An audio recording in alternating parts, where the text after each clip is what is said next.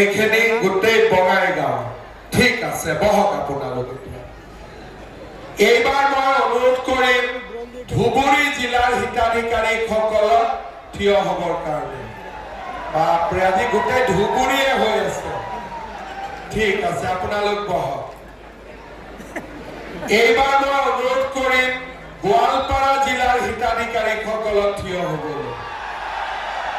বঢ়িয়া বহক এইবাৰ মই অনুৰোধ কৰিম দক্ষিণ খালমাৰা মানকাছাৰৰ হিতাধিকাৰীসকলক বঢ়িয়া এতিয়া আজি আমি সকলোৱে জানো যে বঙাইগাঁও জিলাৰ 1767 গৰাকী ধুবুৰী জিলাৰ 2949 গৰাকী